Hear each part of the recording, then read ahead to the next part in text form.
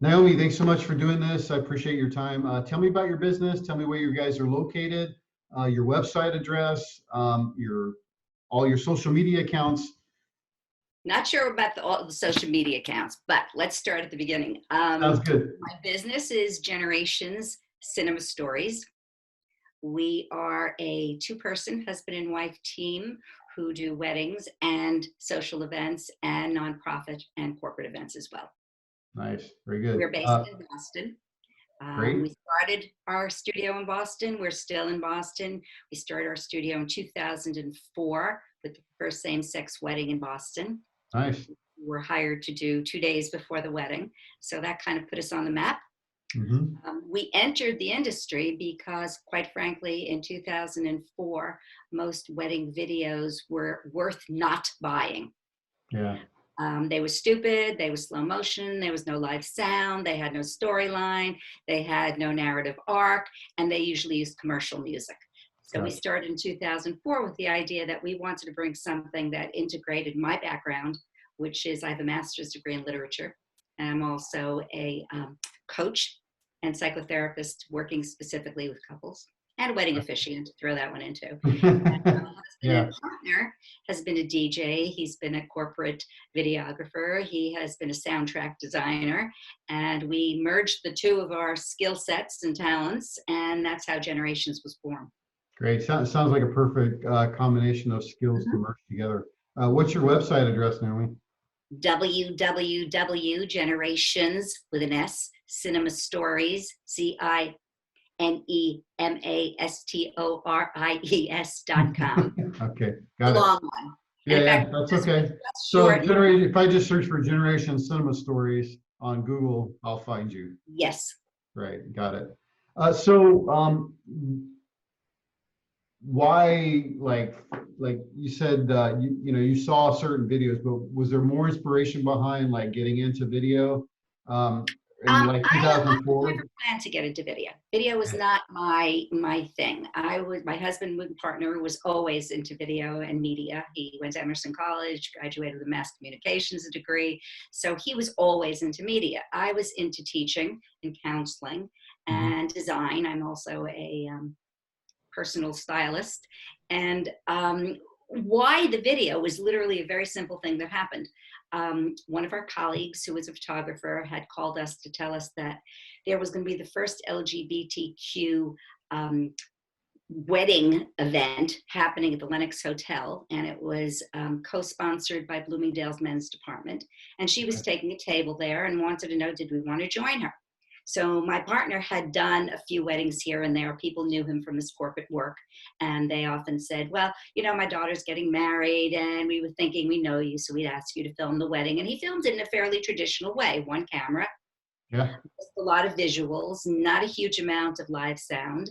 And that was it. It wasn't something he promoted. It was just something that occasionally happened.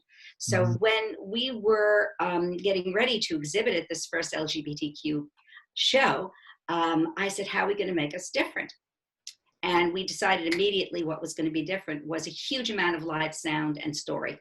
Yeah, because back then, I mean, video was really, it wasn't much to it, right? Back then, it was, if you were going to do something elaborate, you really had to put some money into the equipment and everything in the production of it. It wasn't even so much that, honestly. It was, the equipment wasn't the biggest thing. The biggest thing was that people who were making videos in those days understood the gear, understood how to use it, but had no idea how to tell a story, and understood almost nothing about live sound. So when we showed up at that LGBTQ wedding show and two guys came over, they were middle-aged guys, had already been married, divorced, had kids, grandkids, and they got into a conversation with us and we felt really simpatico, and they asked if we could film their wedding, which was going to take place the following Monday. Wow. And because the law was coming down on Thursday, I think, Monday was going to be their wedding. And it was the first time gay couples could get married in Massachusetts. Right. So, and in anywhere, basically, since we were the first. Yeah, well, Massachusetts was the first state that actually allowed it. Right. So over the entire weekend, my husband and I had decided that we definitely needed a second camera to shoot this because it was going to be such a complicated affair. We were going to be at the court building. We were going to be at a 7 a.m. reception at the mayor's office at City Hall. We were going to be going back and forth across City Hall Plaza, and then we were going to be going to the street church where the ceremony took place. So we said, okay, we definitely need a second camera. We started calling people we knew who did video, and no one was available. So the day before, it was Sunday night, my husband and I were sitting trying to figure this out because we had to shoot the next morning, like 6:30 a.m. at the guy's house. And I finally said to Jack, who's my husband partner, how do you put the camera on? And that's the first time I ever literally picked up a video camera in my entire life. I was hooked immediately, particularly since I had the ability to ask all these questions that I was curious about the couple, about how they met and fell in love and what they saw as their marriage and their future. And, you know, it was great. Yeah. And as somebody who's a coach and a counselor, asking a million questions is my natural state. Sure, sure. Yeah, well, of course, right? So now, and then just the ability to be able to tell the story in video probably just came natural for you, and it felt good to be able to do that. Yeah. It wasn't very much different from writing a book or Yeah. writing an essay or writing. I often compare, you know, when I'm describing our various packages to couples, prospective couples, I'll say, so this one's kind of like a short story. And this one's like a short story. And this one is like a novella. And this one is like a novel, talking about the expansiveness versus the smallness of various video options that people have. Yeah. So let's talk about that a little bit. So how do couples typically find you? Do you mostly get referrals? Do they find you in other ways? I got to imagine you guys have been doing this for a while. You probably get a lot of referrals from people. No, we don't. No, really? Interesting. We get referrals periodically from our event planner colleagues, from venues that have worked with us, and from some of our photographer colleagues. But generally, occasionally a floral designer that we've worked with closely. But generally, it's very random how people find us. And that's something we've wondered about for years. We've tried to track it. You know, I'll say to a couple, how did you find us? And they'll go, I think someone told me about you, but I don't know who they were. And we figured we'd check you out, really liked your stuff, and, you know, that kind of thing. Wow, that's very interesting. All right, so tell me what the process is. So let's say I contact you. We want to set up a meeting and talk. First of all, most people don't even set up meetings anymore. Yeah. Literally, until about 2 years ago, the normal approach was somebody would email me. They would ask me for prices and packages. I would send them the information. And then if they were interested, they would call or email back and set up a time to meet. We'd go out to have a cup of coffee or something, or some drink. And then we would discuss the wedding and their plans and get to know one another. And then usually we would go home and say, let's touch base in a couple of days. And after you've had a chance to process things, and they would contact me several days later and tell me if it was a go. If it was a go, we'd email a contract out to them, which they would sign, send a check, and it was done. We don't do that anymore. Okay. Tell me how it works today. 90% of the couples email, text. They never meet us before the wedding. We occasionally film rehearsal dinners, which is something we like to do because there are so many personal toasts at rehearsal dinners. And it's odd because a lot of times people will think, well, we're going to have a photographer at the rehearsal dinner. And then what is the rehearsal dinner? A bunch of people eating and toasting. Those are the two things. The eating you're not going to take pictures of because it's not a pretty sight. No. The toasting, you can't do anything with except showcase somebody holding a glass. So why would you hire a photographer rather than a videographer if it was a choice for a rehearsal dinner? It's boggled my mind these years. So often our smart, well-educated couples will hire us to do the rehearsal dinner as well. And that's a great opportunity to meet the whole wedding party and meet the family and get more engaged with the couple as well. Gotcha. So do you guys even have like a video conference or anything? No one has ever suggested it. Really? Wow. Really? So usually they just email you. You basically do the deal over email or text. Correct. That's great. Congratulations that's working for you. So tell me. me. It's not a big deal, quite honestly, because I don't get a chance to hang out with the couple to know if it's a good fit for us. Yeah. You know, the couple that says, and we've heard this a couple of times, the bride doesn't want to be seen or filmed until she's in her full regalia. as terms of storytelling is concerned, that's not good. It just isn't. There's no entree into things. There's no transformation from being an ordinary human being to being a bride, which is such Yeah. the thing. So does So is that like for you guys like maybe these guys aren't going to work out for us? generally, it depends how busy we are. If we're very busy and a couple gives us a whole list of things not to do that they don't like that are what we specialize in, yeah, Right. I'll refer them to someone It's else. probably a red flag, right? Like, oh, yeah. Yeah, we've met couples who didn't want to be seen until the ceremony. We've worked with that. We've created ways we film guests arriving instead, so Sure. that there's preamble to the ceremony, because just Right. starting the ceremony is very awkward. Yeah, yeah, yeah, yeah, true, right? Like there's nothing leading up to that. It's just like, boom, here we are. Right. So we'll hang out in front of a church if the wedding's at a church and just film guests as they arrive. And we also then get to have a recollection of all the people who are there, because Gotcha. typically you don't film all the guests. You'll only film people who are toasting or in the wedding party. So this gives an opportunity to capture all the guests, or most of the guests at least. So Sure. the couple has that memory and that tangible piece of evidence. Yeah, yeah, for sure. So what pack you earlier alluded to certain packages Mhm. that people kind of fall into. So tell me about those. What are those? Well, they're not as clear today as they were a year ago. Let me just say Okay. that. Realistically, they're just not. Yeah, because Um, everything's really kind of custom today, right? Like people want different things. They want this, they want that. It's not all the same for sure. exactly. But So in small, general, what explain what those mean? yeah, they're small, medium, and large in the simplest of terms. Okay. Small meaning fewer hours of filming, and smaller edit. So the smallest package might be 4 hours of filming, starting right before the ceremony and going through the toasts and first dances and those things, and then ending. You're all That would done. be the smallest package, and that would be 4 hours of filming, and then a 1 to 3 minute highlights. And very often we will give the couple as well the entire ceremony unedited. Okay. So Nice. that's small. That's the Yeah. time. Gotcha. Then we go to a middle point where it's 6 to 8 hours roughly. And the 6 to 8 hours includes some getting ready of both partners and the rest of the stuff, and and ends with a little bit of general dancing after dinner. Yeah. And that is usually a 5 to 7 minute edit. And then we will also give them the entire ceremony unedited. And then Yeah. the large package is what we call our feature film package, which includes a 1 to 3 minute clip. So that can be posted on Instagram or Facebook or Sure. whatever very quickly. And then it includes 8 to 10 hours of filming in one place. So it doesn't include the rehearsal dinner, which would be, Right. and it also provides the couple with not only that little clip that they can pass around and share with people very quickly, but it also provides them with the 20 to 30 minutes of the wedding day, which usually includes a lot of first person narrative. And Yeah. that's where our work really has been different from everyone else's. So instead of starting with the bride having her mascara put on, which I've joked about this 1,000 times, and please don't take this personally as a man, but when the industry started, there were no women filming weddings. They were all big guys with shoulder mounts and headlamps on them and microphones on them.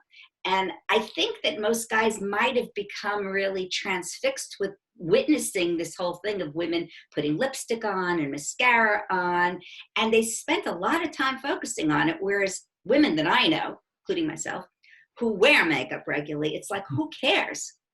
In 20 years, will it matter to you that shot of a mascara wand on your lashes? And the answer is no, it won't. So we would rather have things like, I'm just pulling out little excerpts from some of the videos we've done, where I'm witnessing the bride's attendants talking about how they met her and what their first take on her was, and what they thought of her fiance when she introduced him. Those kinds of things. We'll Mhm. often have mothers and fathers of the couple talk about what they thought of their kids' choice for a partner at the very beginning, and now how they feel about that person. Mhm. We'll often also have things like, I'm thinking of one video we did recently where the couple did not want us to film before the ceremony. So I was filming guests arriving, And I really liked this bride a lot. She had just great energy. She was very effusive and exuberant. And so I said to her after the ceremony, I said, by the way, if you'd like to, I would love for you to do this. After things have chilled out and you've gone home and after the honeymoon, take your phones and record, both of you, record the story of how you met, fell in love, and got to your wedding. Yeah. And they sent it to me, and we used it as a voice over for the guests arriving. So it was a preamble. Perfect. Yeah, no, that's great. Yeah, great idea. Awesome. So for advice for couples that are looking for someone to do video, maybe they haven't really thought about video. I mean, I know video is more popular today than it has been probably in many years. Ever, I would say. Ever, yeah. And I would say, they're probably thinking about, oh, I need a photographer. So what advice would you give them if they're not thinking about video? And if they are thinking about video, what should they be looking for? Well, that's probably a very important question, and one that I get asked a lot. And here's the basic answer in a story. So when my husband and I got married many, many years ago, we got married in my parents' backyard. It was before, this is how old we are, it was before video was accessible for private events. If you were very sophisticated and had the budget, you could do film, but nobody was walking around with video cameras at weddings at that point. So in order to capture the wedding, we had good friends who did photography. It was a very casual wedding. They did photography. And then my husband, who's, as I indicated, has been a sound person all his life, took a little cassette deck, if you remember cassette decks, Yep. threw the cable connected to it over the branch of a cherry tree that we got married under, and pressed play, and we had the whole ceremony, all the audio. When we heard that, we realized that what is most compelling emotionally is sound. It's not image. And if you look at pictures of people that you've loved who are no longer here, and you witness your experience of that, and then listen to a sound recording of their voice, you'll know what I mean. Yeah. No, I know exactly what you mean. I'm a musician. I get that with music. It's like, you can watch a video of someone playing, that doesn't really mean much. It's the music Right. and the sound of the music and the words that are the sound of the words with the music together that really makes the emotional experience. So yeah, I Absolutely. understand it. Yeah. So when couples will say, well, we have a great photographer, and I'll go, okay, so you have 40% of your wedding captured.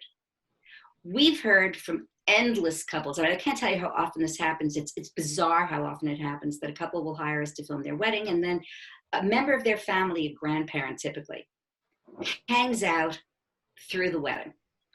So they show up at the wedding, they dance at the wedding, they celebrate with the couple, and then 3 to 6 weeks later, they pass on. And every time that's happened, it's happened a fair number of times, because as grandparents do hang on, they want to see that grandchild married. And in their hanging on, when we capture grandpa dancing with his girlfriend off to the side of the wedding when everyone else is on the dance floor, but they're off to the side, and we're capturing that, and we give that to our couples. Or we interview the grandparents as they're sitting in the first row of the chapel, and we interview them and say, tell us a little bit about what your granddaughter was like. Or something like, we get these great stories that are priceless in people's own words. And that's the key. The stories that are told in people's own words have such depth of emotion. They're so compelling, and they bring the person back. That's the beauty of it.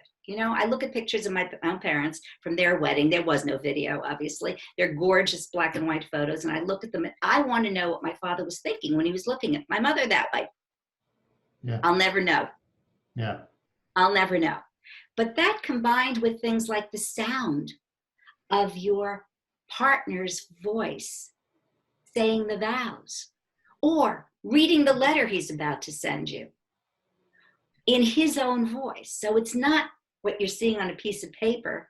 It's the spoken word from the piece of paper delivered to the partner. Has so much more emotional oomph than seeing it written. So for us, voice is critical, absolutely critical.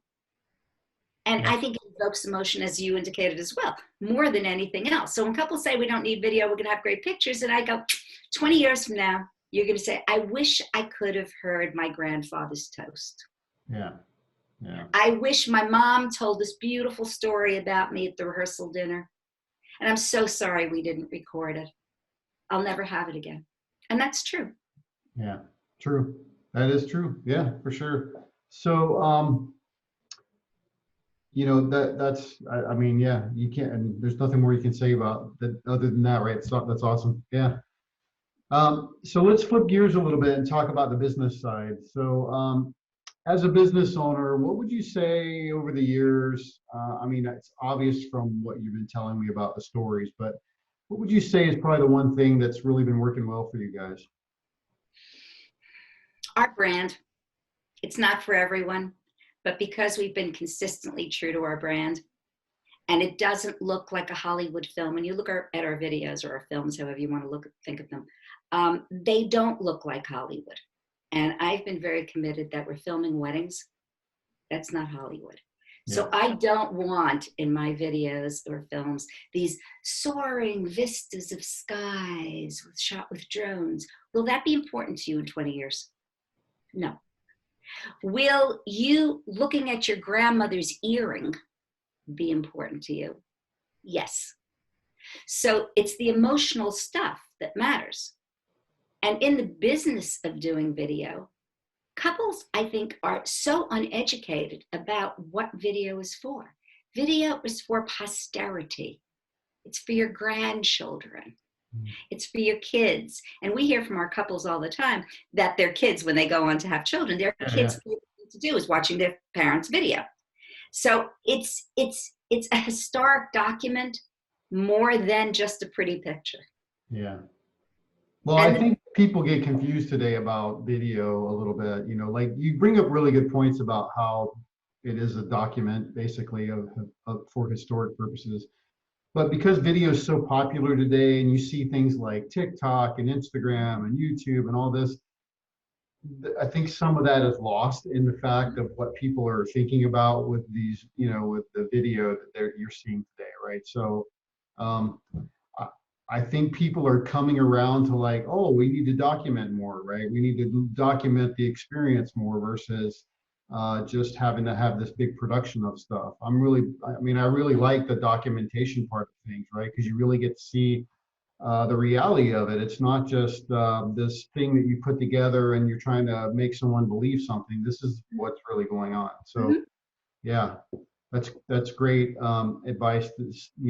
Stick to your brand, basically, right? yes, stick to your brand. And even, we've always struggled with, fashions come and go in wedding films. Absolutely. Yeah. And we actually, by the way, a little piece of interesting, and we coined the term wedding films. When in 2008 we won Best of Boston from Boston Magazine, and it was the first time wedding videographers or studio had ever won Best of Boston, or even that there was an award for Best of Boston wedding videography. So that was the very first time, 2008. And what we did when we got the Best of Boston is we shifted from thinking video, which is a random document of something, if you do home video, Yep. So to wedding films, which are story-based. And when I say story, I don't mean story-based as in a sequence of visual images with music behind them. I mean story-based in that characters have dialogue. They have private monologues that wind up on camera. They have stories about side stories and the direct story and the tangential stories. As I said, to me, it's more like literature. And having my base in literature, that's what it is like to me. How do you tell a story? Well, you first introduce the characters that are going to be important, right? You introduce, you have them create plots, right? And then they kind of develop their story over time. And there are side plots, and there's dialogue, and there's reflection, and that's what our films are. They're not just, okay, we're shooting the bride walking down the aisle, isn't that great? And here's the bride up there, and here's the bride in the first dance. It's not like that. What we're filming is, how do you get to know the couple? Very important. What we want and what we've heard is that when other couples, new couples, look at our films, they say several things. One, they say it's like a movie, which is the intent, for it to be a storytelling movie. Yeah. The other thing they say is, I feel like I know the couple. And those are our two primary objectives: to know the couple and the other people who are there to a lesser extent, the ones that are important, parents, grandparents, best Yeah, friends. sure. And that's what makes it different. That's the brand. Yeah. That's It's great. not for everybody. Some Yeah, people just sure. want a pretty picture. Yeah. We're not the people to do it. Yeah. So, if you had to, so what would you say have been kind of like your biggest challenges in the past year or two, right? 'Cause we Our always say, I mean, as challenges business have been owner, being a business. And right? you I mean, take a it's bunch of always being a business. creatives, as I'm sure you know, Yeah. and you try to kind of tweak them into a business model, which is based on profit, right? We Yep. make a Absolutely. living on profit. And if you're someone who goes, I'm not letting this film out of the studio until it's perfect as I can make it. Not as perfect as someone else maybe could make it, but as perfect as I can make it.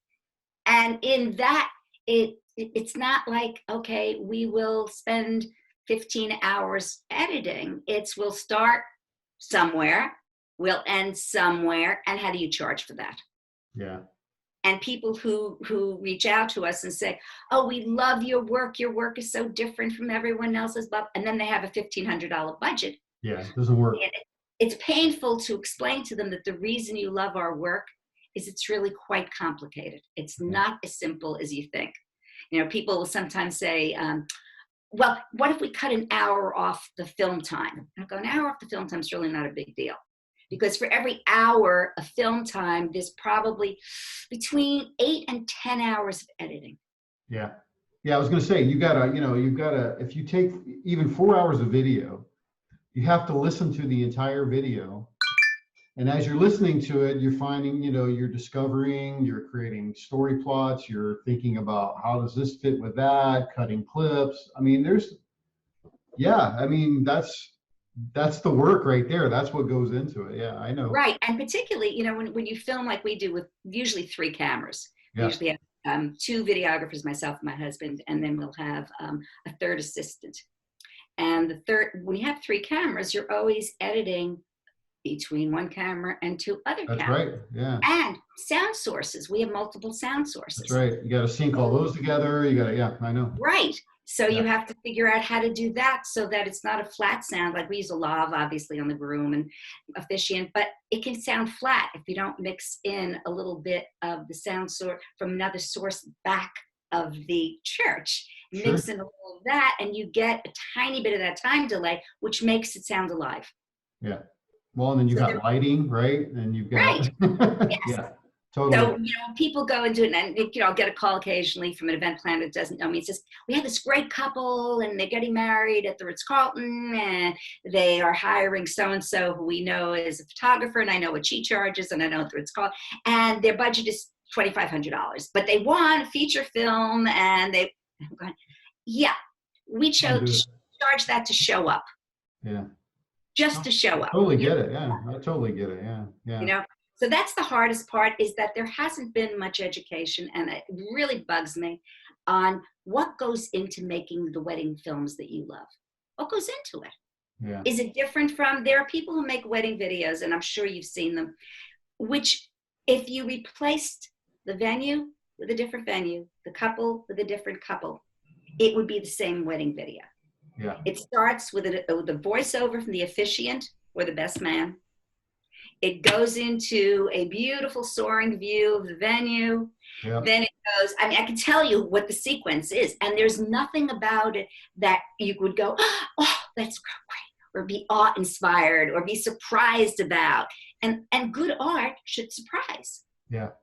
It shouldn't just be, okay, this is what we expected, this is what we got. It should be, I didn't see that, or who said that? Where was I when that was said? It should have that element of surprise and originality. Every wedding is different. Every couple's different.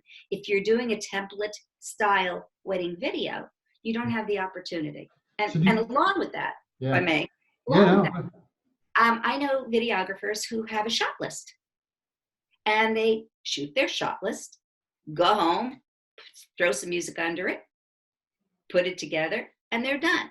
Yeah. I get laughed at because my camera's on almost all the time. And I've explained it's on almost all the time because it takes at least a second or two to get the camera focused properly and on. And in those couple of minutes that you lose, those are the minutes where what you want to film has already happened. Yeah, yeah. Makes So sense. the only way to capture what you don't expect is to keep the camera on all the time. And That's then right. all of a sudden you'll see something that's, and it's there. You're Yeah. on it. That's why the editing part takes so much work, is because you have to do that in order to capture the moments. And you don't really know, because some moments are, whatever, they're just there. But if you, as you're watching, oh, look at that. That's awesome. Let's get that in. What do we do? So yeah, I totally get it. Yeah, that's the purpose of this whole interview process that I've been doing, is really about education. But how would you think, or how would you say, the industry as a whole probably needs to do? I mean, how could they do a better job of educating around some of this stuff? Because I feel like, there's so much information out there that people are just like, I don't know, inundated with stuff and ideas and things and this and that and whatever. But from your perspective, what's a great way that we could, or that people could start educating? Well, I think first of all, by talking about the fact that wedding video and wedding filmmaking are two very different beasts. Wedding video is a person with a camera who captures what's there, Yep. puts music under it, and sends it out. Wedding film is a creation. The only way I can think of it is a creation. No, that's great. That's a great point. Yeah. It's a work. Yep. So a lot of times I will hear, and I know I get this from some of the wedding professionals that I don't work with a lot, because the ones I work with a lot know where we're coming from. But Yeah. a lot of times what they'll think is, we don't need video, because they're thinking of the wedding video, the traditional wedding video. And I will be the first to say, nobody needs it. Nobody needs it. Does somebody need a wedding film? In my opinion, yeah. There's no better way to document your family.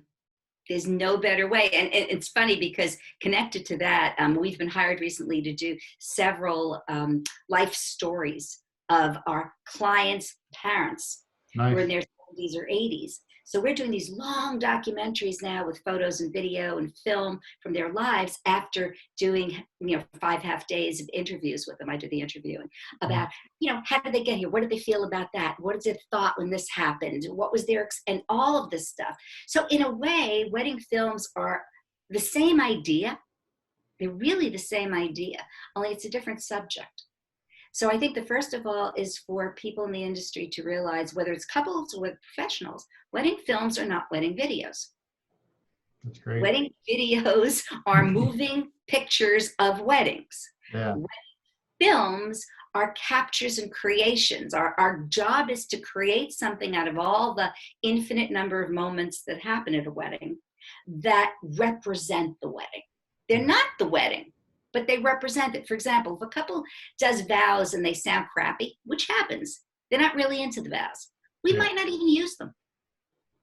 Makes sense. If they're not into them, why bother? It might be much better to hear the groom saying to the bride, assuming it's a straight wedding, as they exit the church, and we have the mics on, still live, and the groom says, "Oh, I'm so glad that's over. I can have a drink now. Yeah. And I love you more than anything."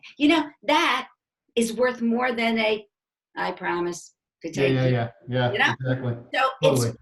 so you want to use in a wedding film what has value. And I say this over and over again. It's what has value. How do you determine what has value? There's emotional affect. There's eye contact. There's emotion in the person's experience when they're saying or doing something. Yeah. That's when you do it, So I think that's the first thing, is distinguishing between wedding video, which is in the past and has a bad reputation, unfortunately, and wedding films today that usually involve very sophisticated people doing very sophisticated creative things. Yeah. That would be the first thing. Second thing is educating people what goes into a wedding film. Most of my wedding photography colleagues, and I know some of the best in Boston, wonderful people, incredible people. I've worked with them. I love working with them. They've said to me, you should be making twice what we're making. And yet, if you look at the costs for the two, typically wedding photography is a third to half higher, so twice as high. as wedding filmmaking. Why? Well, I think people are thinking about wedding video, not film, right? Because I Correct. know the part of the film work is way much more expensive. But when people are in general, when they're just looking at it, it's like, oh yeah, just having someone do a video of my wedding, right? They're not thinking about the other part. So that's probably the reason you see that a lot. Yeah, but it's got to change. It really I needs. don't disagree with you. That's just the reality of the No, market, and and that's how I've said, people and see it. I've said to people, and I'm not trying to dismiss or in any way denigrate the value of the fabulous photography that my Yeah. colleagues. But here's the scoop: if you can only afford one, you can pull stills from capture, visual capture. You Yeah. can Photoshop them. You can do everything you would do with a still camera shot. But you can get photos from video capture, but you can't get video from photo capture. That's right. And people don't know this. They just don't know this. Yeah. It's like I'm thinking of a bat mitzvah that we did last couple of years ago. And one of our friends did photography and we did video. And unfortunately, what happened was the style of video capture that we do is spontaneous. So there's never, somebody posed. We don't pose people. We like them in the middle of an activity or an expression or a communication. Yeah. We like them.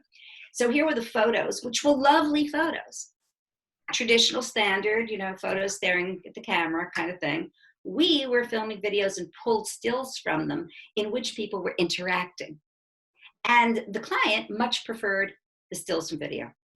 Yeah, sure. Well, because it shows more motion and more experience, and versus their, I mean, I don't know how many people really like to pose for a photo. I don't. I don't, and my mouth's always crooked and I look weird. Yeah, I know. My wife has to take 40 photos to get the right one, right? It's right. Like, all right, I have to tell people only if you're going to shoot me, make sure I don't know it, because as soon as I know it, yeah. My face freezes, and I know it happens that way. Yeah. So if you had to go back and give yourself some advice, maybe 10 years ago, what would you tell yourself then, based on what you've learned so far? Get an MBA. Interesting. Understand the business of running a business. Yeah. Particularly when creatives get involved in running a business. And I know you know this. Creatives get involved in running a business. They're into creating the perfect work of art. Yep. Whatever it is, the perfect work of art. How that factors into making a living is a big question. Well, it's two different things, really. Right. Unless, people get lucky, I think, right? As a creative, sometimes they just get lucky and they understand certain things, and then it just works for them. They either hire people to help them do it, or just works. But the majority of people, small business, they're creative and they do their creative thing, and that's what they understand, and that's the thing they want to do. They forget about the business side of it, and you have to make a profit in order to run your business. You can't survive if you don't make a profit, right? How do you pay yourself if you don't make a profit? Yeah, right. That was something about 4 years ago. I was noticing that if I broke down a couple of our projects into number of hours and what it turned out that we made per hour. And I remember thinking about that and going, this does not work. Exactly. You do it. You got to do that. Yeah. Either we have to cut back on what we do, which is painful for me to even think about. I know it's painful. Or we have to raise our prices. Well, that's always a dilemma. I didn't want to cut back on what we do because, we could shoot with one camera. We could shoot less audio. There's lots of things we could do, but then it wouldn't be Generations film. That's right.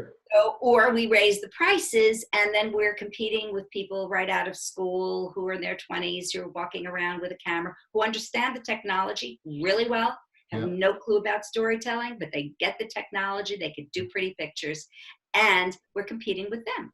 Yeah. And that's ludicrous. Yeah. Well, you always will be competing with those types of people regardless, right? Because people don't, the consumer doesn't understand that always, right? They're just like, but here's where I find it odd and interesting. Yeah. I worked for a couple of weeks in a very well-known bridal salon in Boston. Part of the reason was I wanted to get a different perspective on brides. That's cool. Yeah, good idea. Yeah. Opportunity. And I love gorgeous clothes, so it was a beautiful opportunity. And what I saw was I was dealing with very high-end bridal gowns, the ones start at 10 grand and go up from there. I got you. Mm-hmm. And they're works of art. They're exquisite. I mean, they are totally complex, gorgeous works of art. And I know brides who've gotten married. I'm thinking of one in particular who got married at the Peabody Essex Museum. She was a talented artist. She bought her dress at Running of the Brides for $200. She spent the big bucks on the venue and the food, her photographer, who was fabulous, and us. She made the decorations at the table by herself. Yeah. That wasn't a high priority. The priority Exactly. was capture and making her guests happy with a good band and whatever. So she cut back on the things that weren't important to her. Yeah. And I say to couples sometimes, and they go, well, how come you charge X while so-and-so charges Y, which is a fraction of what you charge? And I go, well, you can buy a bridal gown at Running of the Brides for $200. And frankly, if you've got a good body and have it well tailored, it'll probably look fabulous on you. Absolutely. Yeah. Or you can buy a Vera Wang and spend $20,000. Get both bridal gowns. They both will look good on you if they fit properly and they're designed for your body and are meant to look good on you. But there's a difference between a Vera Wang, which is exquisite work, exquisite, and that $200 dress, which looks fine, and you might want it, and you're only going to wear it for one night, so why not? Because nobody's going to see the detail that I saw in the Vera Wang gowns from working there. Yeah. There's a difference. Or, I'm a shoe woman, like many women, and I've noticed that a lot of our brides will be wearing, what are the names? The ones with they have red undersoles, Jimmy Choos. Jimmy Choos. And Jimmy Choos are like, $800,000, $900,000 for a pair of shoes you'll wear once. Yeah. And I go, you could skimp on that and go with Payless. You probably won't know the difference because your dress is going to cover it. You're going to wear it once. That's right. But there is a difference between that Payless shoe and the Jimmy Choo shoe. If you can't tell the difference, go with Payless. If you can tell the difference, you might want the Jimmy Choo. Yeah. Or if you just want to waste a bunch of money, go with the Jimmy Choo anyway, right? Right. If you have that money to waste, but then don't tell me that you want our wedding. Exactly. Yeah. Yeah, I think I see that more and more today. People are just interested in, I think I see couples thinking about what's important to them and then skimping on the other stuff. I think the mentality is that is coming. I mean, all the brides that I have interviewed have basically said that to me. We had a couple of things that were very important to us. Everything else was just kind of like whatever, right? So I think you see that more and more. And I think this is the perfect actual time for video, because video is becoming so much more popular, and it's just going to get more popular. And I think there's a perfect opportunity for people to really start to value video, and you might see that turn around a little bit. So you might have less work having to educate and being able to explain why you do what you do, and this is over here is completely different. So I think that's coming. That's changing. Might take a few more years. You're right. Yeah, but it is. I believe it is. I believe people are understanding, because as you know, like certain things become commodity. I hate to use that word, but that's the reality. Things become commodity. And as things become commodity, what happens is it puts a lot of pressure on pricing. So you see that big time. But then you start to see these little verticals come out of the commodity. Oh, there's this little specialty thing and this thing that is now a commodity. Oh, ooh, what can we do there? And then you see the opportunities and the innovation and all the stuff come out of that. Those then become trends and more popular. So that happens a lot in in the technology business. I'm a big technology geek, but that happens a lot in technology. You build certain types of technology, it becomes mainstream, and then all of a sudden you see these other pieces come off of it, and then, oh, that's the cool thing now, and then that becomes more popular. So I think it's coming for sure. I hope so. All right, so last question, Naomi, tell me your best or worst wedding or business story. What do you got for me? I'm trying to think. Best. Well, the worst business story was 2008, as I mentioned, we won Best of Boston. And then, as I'm sure you recall, the economy tanked. Yes, unfortunately. So had that not happened, we would have been golden. I mean, totally golden. We had 2007, we were doing great. People were loving our work. We were front and center in most people's faces. We were also the only people who were doing what we're doing now. And now other people come in and doing similar things. I'm Sure. not Sure. suggesting we're the only people doing it. But I think the worst business tragedy was in 2008, we were geared up with this Best of Boston award to really go big, and the economy flattened. So that was no one's fault. I have lots of best stories. I'm trying to think which is the best story. I mean, we've done some amazing things. We did a wedding last year at the JFK Museum for a bride whose brother was the police officer that ultimately died as a result of his running to the bombing at the Boston Oh, Marathon. wow. Yeah. And his father, he and his father were both Boston police officers. So the wedding itself was a very, very big event. His memory was very strong and present there. And it was a gorgeous bride and a gorgeous groom. And the JFK Museum is spectacular. Yeah. And everything was beautiful about it. It was very moving and very beautiful. So that was one that was pretty amazing. I mean, I was in the car that was driving from the hotel where the bridal party was getting ready to the venue, the JFK Museum, and we had a police escort.